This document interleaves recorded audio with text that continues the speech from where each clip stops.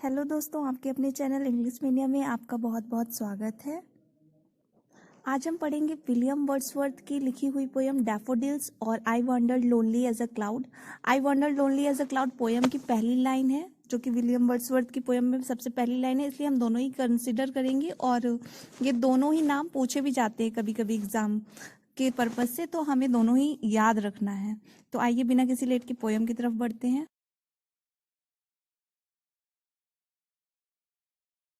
तो पोयम की पहली लाइन है I wandered lonely as a cloud.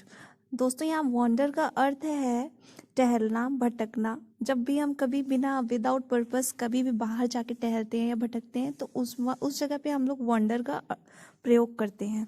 I wander lonely as a cloud, मैं अकेला टहलता रहा एज अ क्लाउड, बादलों की तरह। That floats on high over vales and hills, जो कि फ्लोट करता है, बहता है। फ्लोट का अर्थ होता है बहता, बहना। दैट फ्लोट्स ऑन हाई, जो बहुत ही ऊपर बहता रहता है, ओवर वेल्स एंड हिल्स। किसके ऊपर? वेल्स का अर्थ होता है घाटी और हिल्स का अर्थ होता है पहाड़ियाँ, जो कि घाटियों और पहाड़ियों के ऊपर से टहलता रहता है। When all at once, जब एकदम अचानक से, I saw a crowd. When all at once, जब एकदम अचानक से, I saw a crowd, मैंने भीड़ देखी। Crowd means होता है भीड़। I saw a crowd, मैंने एक भीड़ देखी। A host of golden daffodils. दोस्तों, होस्ट का अर्थ होता है झुंड। यहाँ पे झुंड का अर्थ है a host, एक झुंड of golden daffodils. Daffodils daffodils golden, सुनहरे कलर के डैफोडिल्स का। दोस्तों, डैफोडिल्स का जो फूल होता है वो गोल्डन कलर का होता है, इसलिए यहाँ पे गोल्डन डैफोडिल्स लिखा हुआ है। बिसाइड द लेक, लेक के बगल में। बीनीथ द ट्रीज, पेड़ों के नीचे। फ्लटरिंग, फ्लटरिंग मतलब फड़फड़ाना। फ्लटरिंग एंड डांसिंग, फ्लटर कर रहे थे, जो कि फड़फड़ा रहे थे, और डांस कर रहे थे। इन द ब्रीज, ब्रीज में, ब्रीज होती है ठंडी हवाएं, जो कि फ्लटर कर रहे थे और नाच रहे थे ब्रीज में, यानी कि वो बहुत ही, जो वो डैफोडिल्स के पौधे थे वो बहुत ही खुश थे। और यहाँ पे हमारा पहला पैराग्राफ खत्म होता है। आइए बढ़ते हैं दूसरे पैराग्राफ की तरफ।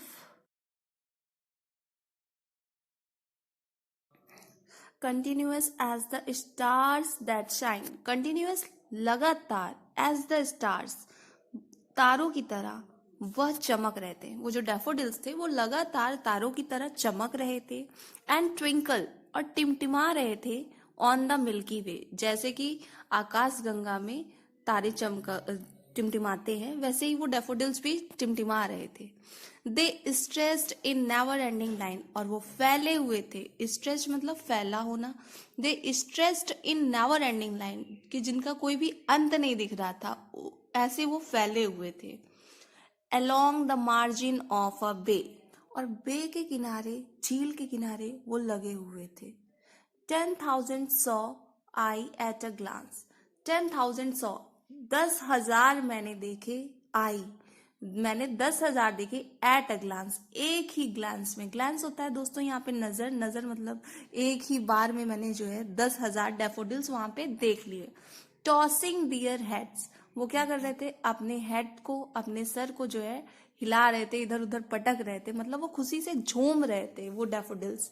इन स्प्राइटली डांस, और स्प्राइटली का अर्थ होता है खुशी से, और डांस, और वो खुशी से डांस कर रहे थे। टॉसिंग दियर हेड्स, वो खुशी से अपने सर को इधर उधर ऐसे झूम रहे थे और हिला रहे थे और खुशी से नाच रहे थे। और इस तरह हमारा डैफोडिल्स का दूसरा पैराग्राफ समाप्त होता है, और पढ़ते हैं तीसरे पैराग्राफ की तरफ। The waves beside them danced, और जो उनके बगल की लहरें थी, उस जो झील की लहरें थी, वो भी क्या कर रही थी? नाच रही थी, वो भी डांस कर रही थी खुशी से। But they out did the sparkling waves in Glee, but they, लेकिन जो डैफोडिल्स थे उन्होंने ज्यादा अच्छा डांस किया, ज्यादा अच्छा वेव किया उनसे। लहरों से ज्यादा अच्छा डांस डैफोडिल्स ने किया। A poet could not but be gay, एक जो पोएट था, पोएट मतलब कि जिसने ये पोएम लिखी, यानी कि मैं, कुड नॉट, वह नहीं कर रहा था, बट बी गे, पर वह क्या हो रहा था? खुश हो रहा था। गे का अर्थ होता है खुश होना। इन सच अ जोकंड कंपनी, ऐसी जोकंड कंपनी, जोकंड मतलब होता है खुशी या जिंदा दिल कंपनी, ऐसी डैफोडिल्स का साथ पा करके जो पोएट था वो भी क्या हो रहा था, खुश हो रहा था। I gazed and gazed but little thought. दोस्तों गेज का अर्थ होता है घूरते रहना, देखते रहना। आई गेज्ड, मैं देखता रहा और देखता रहा। बट लिटिल थॉट, और सोचता रहा। क्या सोचता रहा? What wealth the show to me had brought, और ये जो मैं देख रहा हूँ ये मुझे कौन सी खुशी दे रहा है। और इस तरह दोस्तों हमारे पोयम का तीसरा पैराग्राफ खत्म होता है। और आइए बढ़ते हैं चौथे पैराग्राफ की तरफ। तो दोस्तों यहाँ हमारा चौथा पैराग्राफ है और इसे हमें ध्यान से देखना चाहिए, पढ़ना चाहिए। For oft when on my couch I lie. For oft, जब अक्सर मैं अपने काउच पर लेटा होता हूँ, लाई मतलब लेटा होता हूँ, ऑन माई काउच अपने काउच पर, इन वैकेंट खाली, जब खाली होता है, वैकेंट मतलब होता है खाली, और इन पेंसिव मूड, और पेंसिव मूड ऐसे मूड में जो दुख भरा है। इन खाली और दुखी मूड में जब मैं बैठा होता हूँ अक्सर अपने काउच पे, दे फ्लैश अपॉन दैट इनवर्ड आई, हमारे जो मन की, इनवर्ड मतलब अंदर की, मन की आत्मा है, जो अंदर की आत्मा है, अंदर की आँख है, उस पे वो ये जो फूल है वो अक्सर क्या होते हैं, फ्लैश होते हैं, दिखाई दे जाते हैं। Which is the bliss of solitude. दोस्तों ब्लिस का अर्थ होता है खुशी या परम आनंद। तो विच इज द ब्लिस, जो कि क्या है, खुशी है या परम आनंद है, ऑफ सॉलिट्यूड, हमारे अकेलेपन का।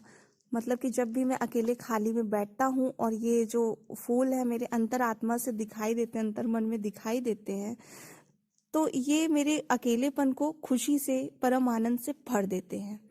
And then my heart with pleasure fills, और मेरा जो हृदय है उस वक्त खुशी से, प्लेजर से भर जाता है। And dances with the daffodils, और उन्हीं डैफोडिल्स के साथ जो है क्या करने लगता है, डांस करने लगता है। ओवरऑल इस पूरी पोयम में जो है विलियम वर्ड्सवर्थ ने ये बताने की कोशिश की है कि जो डैफोडिल्स के फूल हैं वो किस तरह खुशी से अकेलेपन में टहल रहे थे, और वो कैसे हमारे जो है जीवन में भी, यानी मेरे दिल में और अंतरात्मा में भी ये जो नेचर है, उनका जो प्रेम है, वो किस तरह मेरे दुखी मन को, खाली मन को भी खुशी से और भर देता है, खुशी से भर देता है। तो दोस्तों यहाँ पे हमारी पोयम ख़त्म होती है। आप हमें कमेंट करके ज़रूर बताएं आपको पोयम कैसी लगी, और हमारे चैनल पे आने के लिए बहुत बहुत धन्यवाद।